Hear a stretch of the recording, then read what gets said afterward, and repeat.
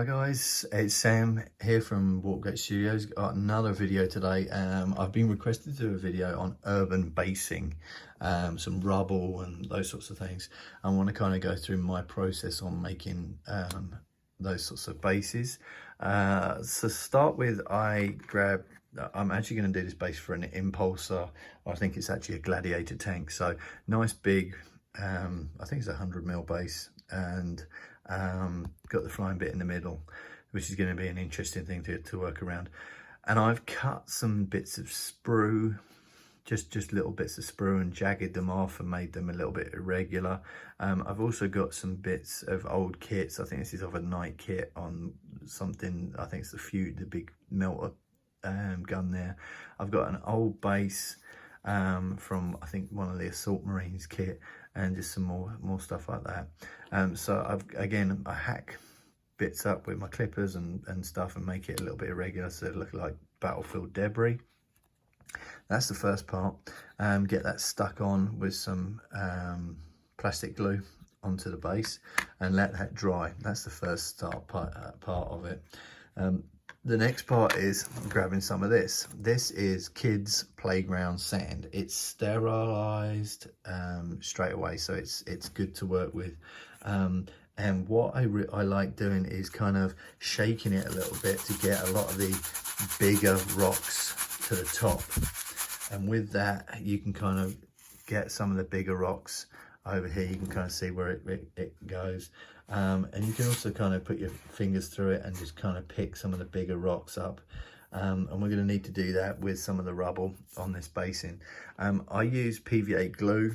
PVA's got a little bit more work with it, but you can either mix PVA and wood glue, or use either or. Wood glue goes a little bit harder, which can be pretty good if you're going to work with it, but I'm just going to slap this down on the base, and you can mix a little bit of water with it and it's fine. And we're just going to get this covered on the base. And then what we're going to do is we're going to do a mixture of rocks and sand from the kids play sands stuff, and we're going to cover this completely. Let me get this over here, move this around so I'm on camera. So yeah, I'm going to get this completely covered in the wood glue. You kind of got to be semi quick with this. You don't want it to start drying before you get it, and you don't need to be neat either, because again, battlefield debris is not going to be neat. It's going to be plastered everywhere, and you can kind of go crazy with, it's going to be buried, and it's going to, you know, be pretty much caked in stuff. So, you know, accidentally spilling it on the sides of things isn't a big deal, because it just looks a little bit more natural. And yeah, we're going to get this dip. This is one of the longest parts that takes time, is just getting all of this glue put down. I'm going to dab a little bit around the edges on this thing to make it a little bit more battle worn, and we can build up layers in this. This is the good thing I like about dipping and dipping this sort of stuff in sand and the like, is that the fact you can build up layers of it and get some depth. So I'm just gonna get this on camera. So I am literally just going to take this and dip and just start throwing some of the sand on the top. I'm going to dip it again, make sure this is completely covered. Then what I like to do with these bases, because I like a nice rim on the base, so if you can just literally get your finger, run it round any bits that you've not got, that you've kind of overspilled on around the edge of the base while it's wet, it just makes for a nicer display. Okay, so that's the first layer of, we've missed a little bit there, so I'm just going to get that now. So we've got one complete covering. Got to be perfect. So you can just go back in here, dab it on where it hasn't taken, and then just give it another dip. And there we go. And again, you can clean up that lip nicely. I'm gonna let this dry, and then I'll come back and do a second coat. Okay, so it's pretty dry, and what we're going to do now is we're going to actually add some individual rocks. So this is where we go through our sand bits and pick out some larger bits of rock from the sand, or bits of larger matter in there for us to use, because what we want to do is make this look like bits of blown rubble and those sorts of things. And the more you can get it undulating, the better on these urban bases. So I'm going to grab a little bits more, put them in a little pile there, and then we're going to get the wood glue again, and this time we're going to be a bit more dabby with it. So I'm going to just dab a blob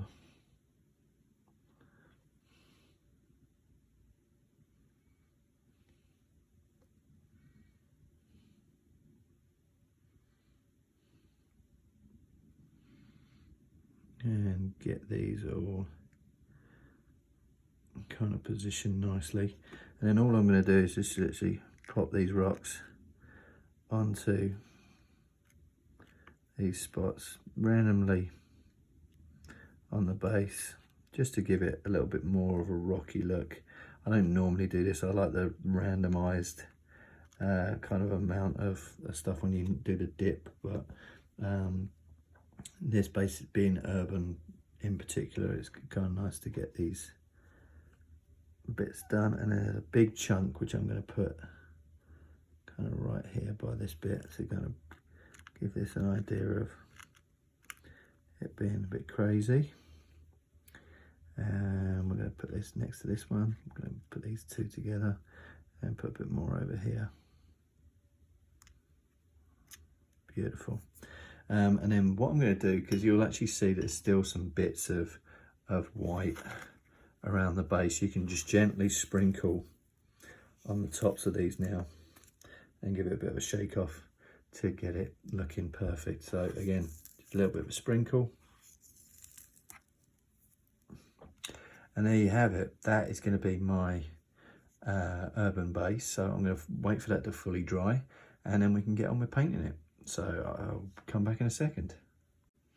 Okay, so next step, now this is dry, is some surface primer. I'm going to be using this Vallejo surface primer, and I normally use this through an airbrush. However, I got this clear little bit here, and I don't really want to mask it off just to do all of that and airbrush and then clean my airbrush. So I'm going to actually use some of this on a paintbrush, which you certainly can do. It's really nice. And the best thing about this is when you actually get working with this, bring this into to focus, when you actually start using it, you'll see that it actually starts spreading via capillary reaction. Oh. It actually starts spreading via capillary reaction into the sand and actually starts moving itself around, which is great because it saves me having to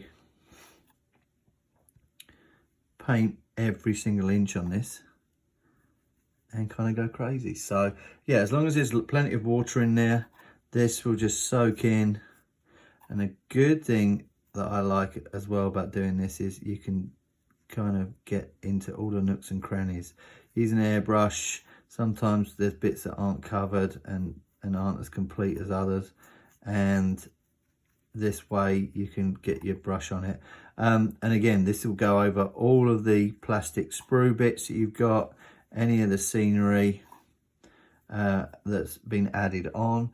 One of the things that I have noticed is you don't really want to thin it down much when you're going to be putting it on the plastic, because otherwise it's just a thin prime.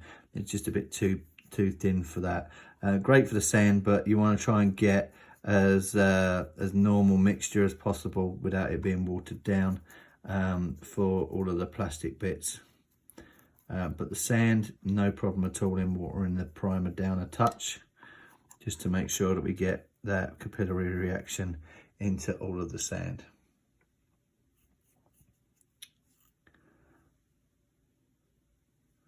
Okay, so we're just going to continue doing this for the, and you can see kind of there's a little bit too thin for my liking on the plastic, so we're just going to make sure we get a bit more of a concentrated mixture of the prime. Yeah, and one of the things that I get asked quite a lot about is, can I use the spray primer from Vallejo that's meant for the airbrush as a paint on one? Of course you can. It's no problem at all. In all honesty, I have to thin the Vallejo down with either thinner or airbrush flow improver to get it going nicely anyway. So it's definitely thick enough and nice enough to use as a paint on, and we'll get going. Okay, so I'm going to get some more of this because we've run out of it on my little makeshift palette. Put prime in, and I'm going to get a bit more water in there and keep going. And I will probably leave this now for a good few hours to make sure this is completely dry, and then we can, all the fun stuff starts to happen when we got this all primed correctly. So I'm going to get this done now. I'll finish this off camera, and then I'll come back once this is fully primed for the first stages of getting this looking like some rock and urban terrain. So I'll see you then.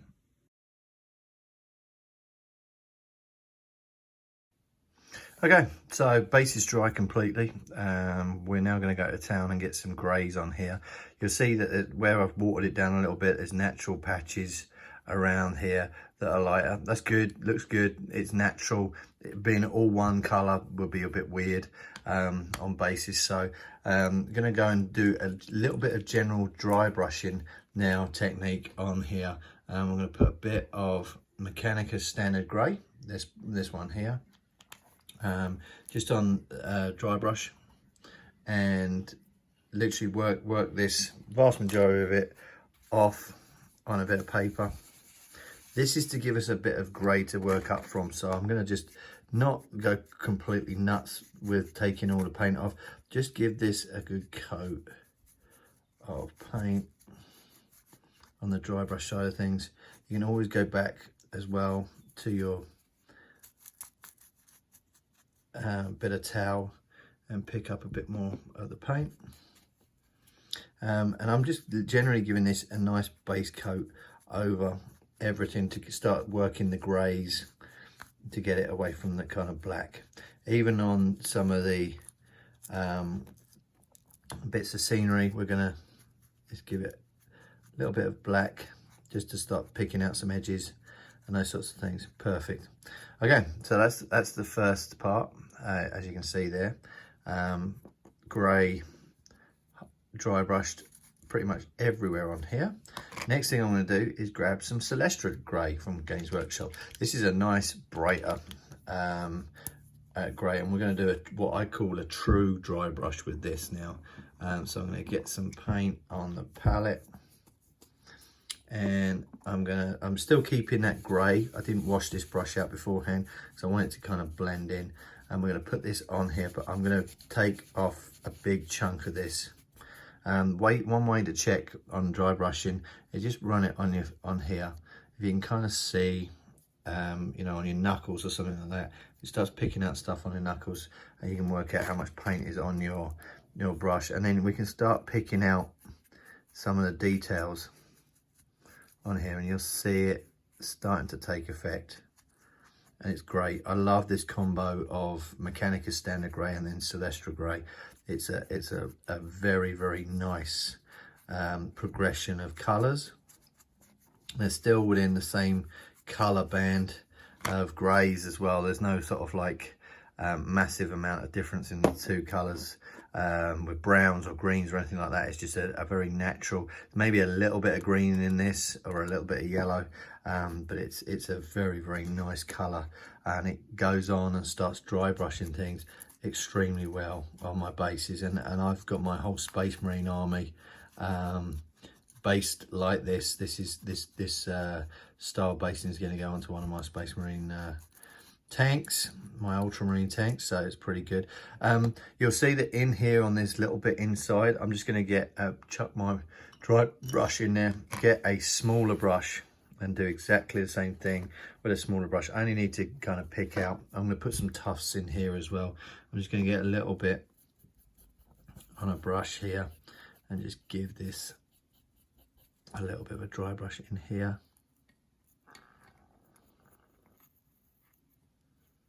Just to pick it out and make it blend in with all of the rest of the base. It's not really going to be seen at all in here.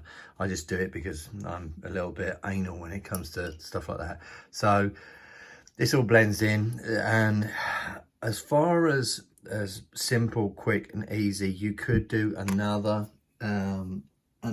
dry brush of kind of white blended in. So you could kind of go those three colors, maybe get an off-white between the Celestra Grey and this to pick out some more. But for quick and easy bases, just these two, the Celestra and the Mechanica Standard Grey. I really like that combo. So okay, so this is our base at the moment. Now I've got some other details like these bits in here. You could just go crazy and go like, you know, I like this, all blends in, it's good for basing, stick some tufts in here and call it good. I'm going to actually get a bit of metal work on here just to kind of show you where you can kind of go with colors. So I'm going to grab a lead belcher color or something similar. Let's grab some silver and maybe a little bit of gold, and then I'll kind of add a little bit of something to this base to make it pop a little bit. So a bit of silver on the palette, grab a little bit more of a detail brush, and I'm just going to literally start picking out some of the silver on here. You don't need to be crazy with this because again, it's basing. You can, you know, you can go completely overboard with this type of stuff and have display level sort of bases, but for just general getting a little bit on there and catching the eye for people to look at it. And again, with basing, you don't really want to do too much on it to detract away from the model in total. So just something to complement it with. I'm kind of happy with that over there. We're going to rust these up and make these look like they've been there for a while. Just make sure we got everything covered. And I'm going to do some of these like pistons and stuff behind this door, just to kind of pick this out. And again, I like to think that a lot of this would be sort of detritus that would be on a battlefield. I think this is a big metal panel, but yeah, sort of just detritus on a battlefield that was left, you know, blown off doors or, you know, bits of metal flying everywhere. So I'm kind of good with that. That to me is kind of fun. All the other rocks are natural. This rock panel here, there might be a little bit of metal in there. We might just pick that out. And yeah, I'm all right with all of this. This is kind of, we'll do this as a metal post. I don't know if it is a metal post or not, but I'm going to do it as a metal post just to kind of blend in with the rest of the model. And then I'm going to let this dry. But what I'm actually going to do while I'm letting that dry is get some tufts to work with and finish it off with some tufts.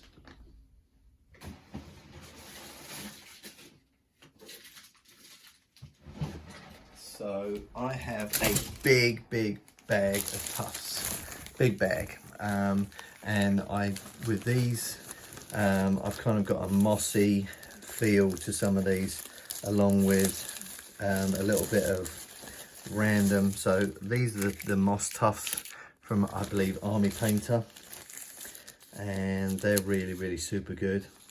They come in different colors. You can kind of see a darker one and a lighter one there. And then I am going to put maybe, and I think I'm not going to go too crazy, but I'm going to put a little bit of larger big weeds. This is another huge one. These are really big tufts. These look great.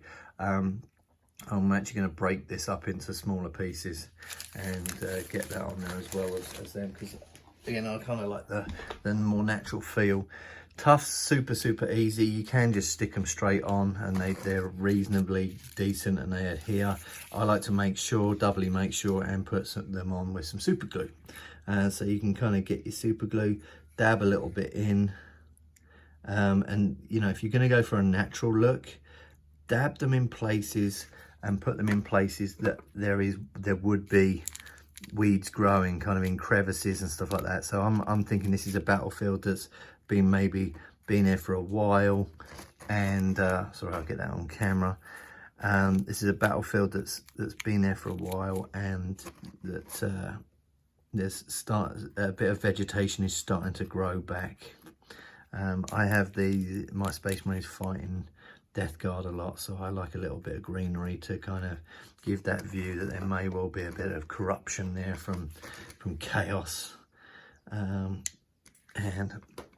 putting these tufts kind of in places looks awesome. It just rounds off the model, and all I'm doing is just putting these down and using a pair of tweezers just to make sure that they are pushed in, and start working around the model. And trust me, you end up going through quite a bit eventually of these tufts once you go through an army. Well, to show you how I split these tufts, all I do is literally get bits and I look at the bottom and work out how much I want, and then I literally peel it apart. So I'm going to break this into like 3 different bushes, and use these on different things. So I'm going to again dab a little bit of super glue in an area that I want, and then push that in, and then I'm going to go back to my tweezers and kind of give it a more natural look by just pushing it down, and you'll kind of see, you know, giving it a little bit of a more push down rather than just everything going up makes it look pretty rocking. So I don't even know if I'm going to use all 3 of these, because it may just balance this base a little bit more, but I'm going to use a lot of the smaller tufts to give that impression of things growing. And the good thing about these is the kind of mossy types. These are very low. You know, they're a pretty decent low model base tough. So yeah, I'm gonna finish off these, and then I'll come back and finish off the metal. Okay, so everything's there. The base is finished with the tufts. The silver is dried on the metalwork. What I'm going to do now is give the metal a brown wash. Normally I give it a black wash, but I'm actually going to give it a brown wash purely because it's going to be weathered and I want it to look more natural.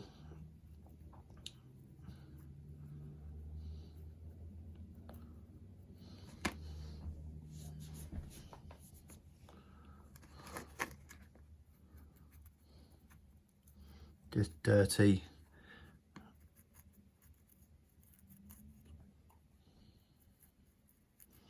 And brown. Then this is going to start the rust inside of things off, because for a nice quick rust effect, having all this brown on here is decent, and it'll give us a nice base. And I'll come back and we'll finish this off.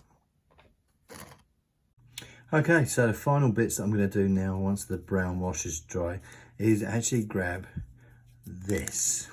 And this may not look a lot, but this is the last bits of something that I had called Model Mates from over in the UK. It's now changed, and it's now a different product, and I'm trying to find out where I put the finished product. There it is.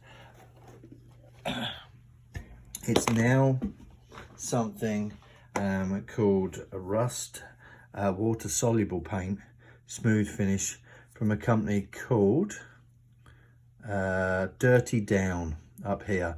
It's super good stuff. I dilute it down a little bit because this stuff is super strong. Really good product.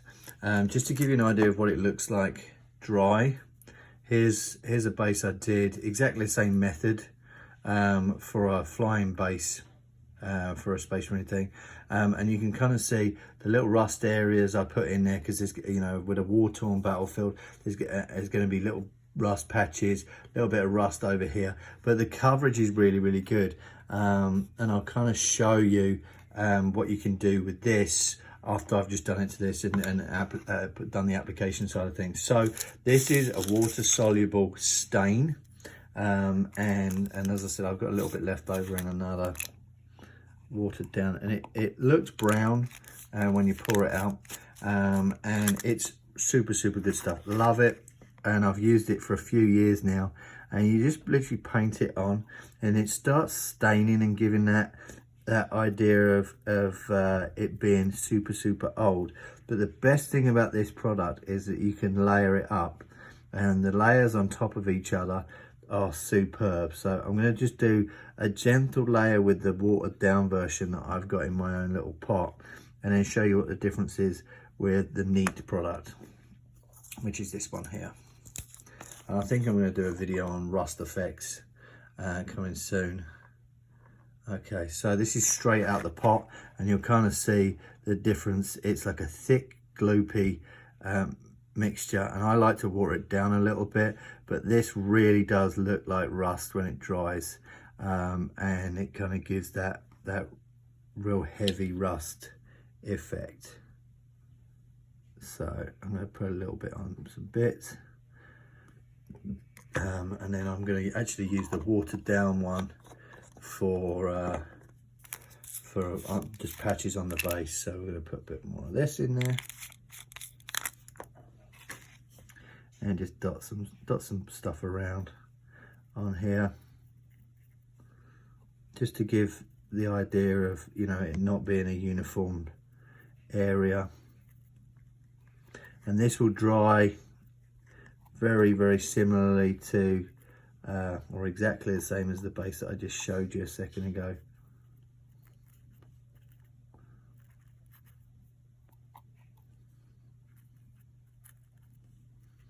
So that's it, the application of it. As I said, the good thing about working with this rust method is you can kind of manipulate it with water, and it's watered down, so you can kind of start taking stuff off the top and manipulating the rust to kind of look, you know, a little bit more lifelike rather than just painted on stain.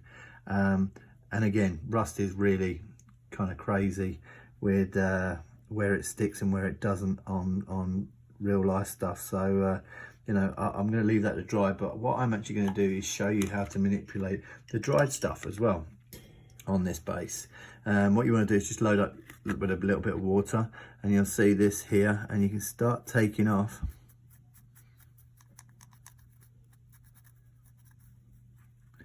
a little bit of the product, and you'll see I'm wiping it off from a bare brush, completely bare, and I'm just going to take a little bit off.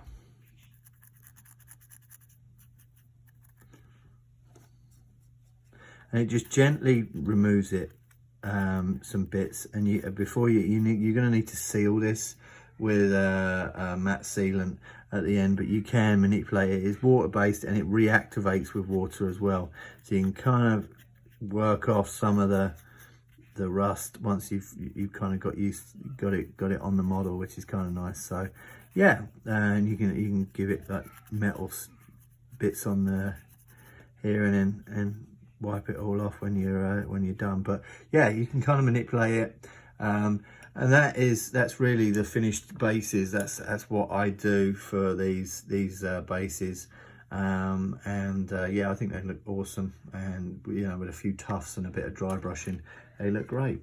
Well, thank you ever so much for watching this video. I appreciate it. If you like what stuff and you want to see me do some more videos, please like and subscribe. And yeah, if you've tried any of these methods, please feel free to post your pictures onto the YouTube channel, and I'll make sure I get there. Another thing, I am actually on Instagram now, so check out Warpgate Studios on Instagram for a ton of different projects I've done. And yeah, I'll hopefully get this another video to you soon. Thanks ever so much for watching. Cheers, bye.